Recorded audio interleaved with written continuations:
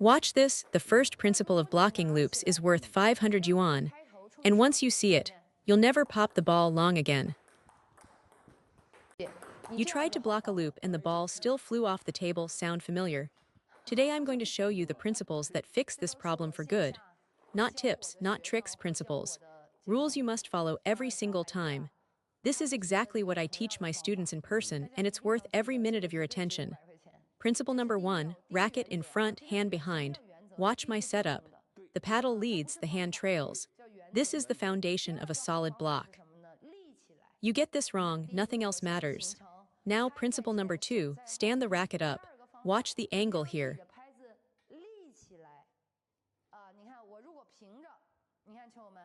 If I stand the racket up like this when someone loops at me, the force comes straight back, solid, controlled. For pips out players, this is even more important. You absolutely must keep the racket upright. The moment you let the racket face go flat, the ball slides off, it skids right down. Why? Because when the face is flat, the racket head shifts involuntarily. Even a tiny wobble throws everything off. But when you stand it up, the racket head is locked, there's nowhere for it to drift. Same idea on the forehand side. Watch. If my forearm and the racket form a flat, horizontal line, the ball rockets off the paddle even when I barely swing. Closing the racket face doesn't fix it either. But if I raise the racket head so it points upward, look at the difference.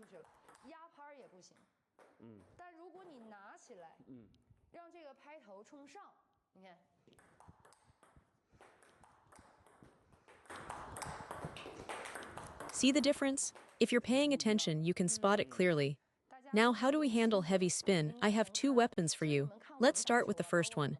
My partner loops a heavy topspin at me. A lot of players find they can only absorb the ball passively, just stick the racket out and guide it back. They can't punch it, can't really do anything aggressive. They just cushion it. If that's you, that's perfectly fine. We'll work with that. Absorbing, what I call a soft block or a stick, is a real technique. Let's talk about how to do it well. When you absorb the ball cleanly, it comes back low, fast, and heavy.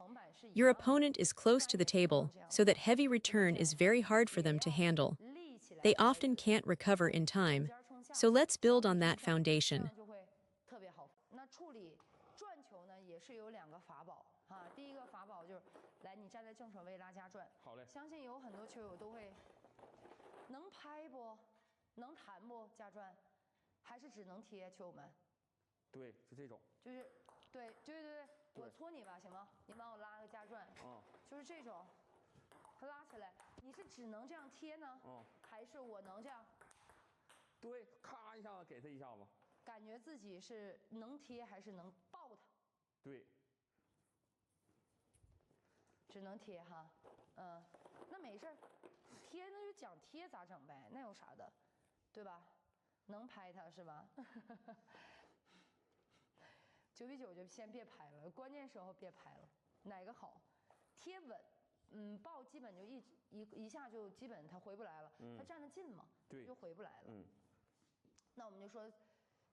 What if we combine the 2 actions, the soft absorb and the downward press?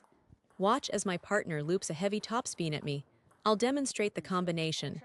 This isn't a pure stick, and it's not a pure punch either. The speed falls between the 2, faster than a passive absorb, but more controlled than a hard counter hit. You blend them together into one smooth action. This stick and press combination is the technique I use more than any other in match play. It's my go-to move, the one I rely on constantly.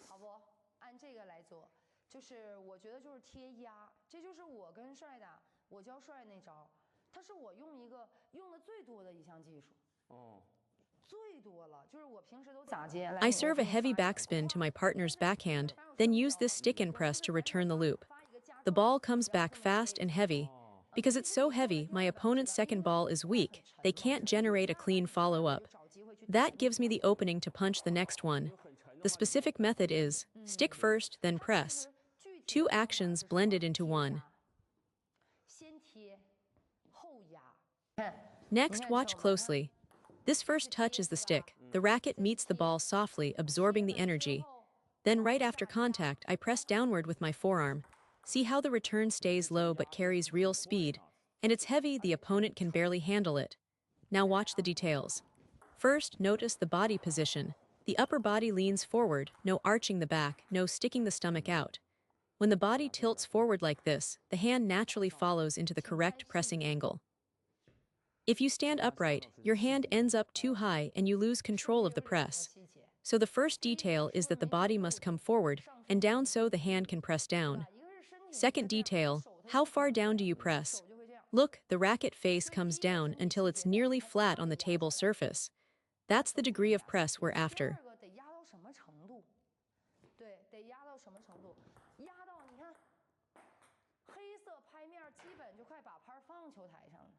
At this angle, yes. Now some people think they're pressing the racket down, but they're really just angling it slightly. That's not enough. When someone rips a heavy topspin loop at you, a shallow press won't cut it. You need to commit to a real press. Let me show you what a genuine press looks like against a live ball. And don't underestimate your opponent's spin just because their stroke looks unorthodox. Players who have trained for years often develop incredible friction on the ball. Their form might look rough, but the spin is vicious. They don't fix their technique because the ball goes on the table, and that's all that matters to them.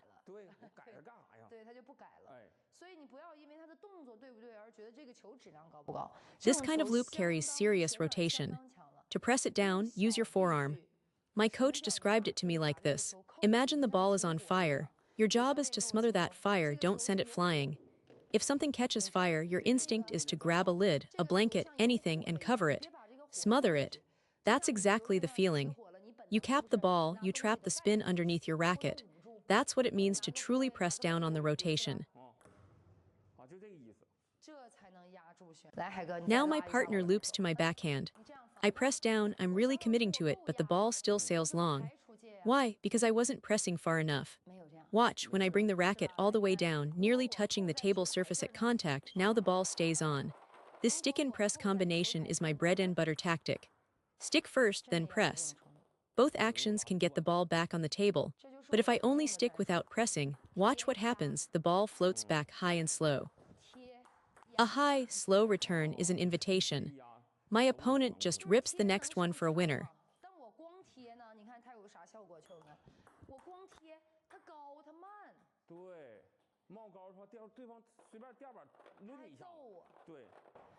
You can't just let the ball overpower you, you have to press down on it. But you can't block every single ball the same way. In a match, they'll loop to different spots. If you stay compact and adjust, blocking becomes much simpler.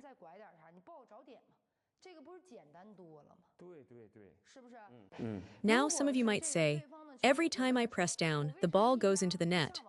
That's because your opponent isn't actually hitting heavy topspin, they're hitting a no-spin loop. The ball just lifts up without real rotation. So instead of pressing down, follow the principle of pushing forward back to front. Watch.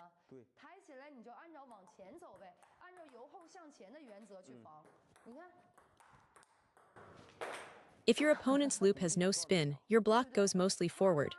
If the loop has heavy spin, after contact you direct the racket downward, forward and down. Say you're blocking and you don't know your opponent's level. They loop, you block, and it drops into the net. That tells you the ball had almost no spin, so next time push more forward. Don't let the spin fool you. Now if your first block flies long, and the second one flies long too, you need to adjust.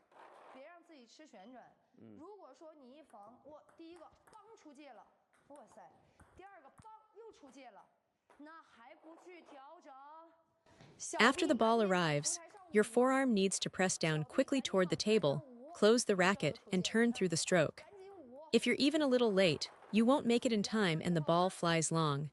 You also have to read whether your opponent is hitting a spin loop or not.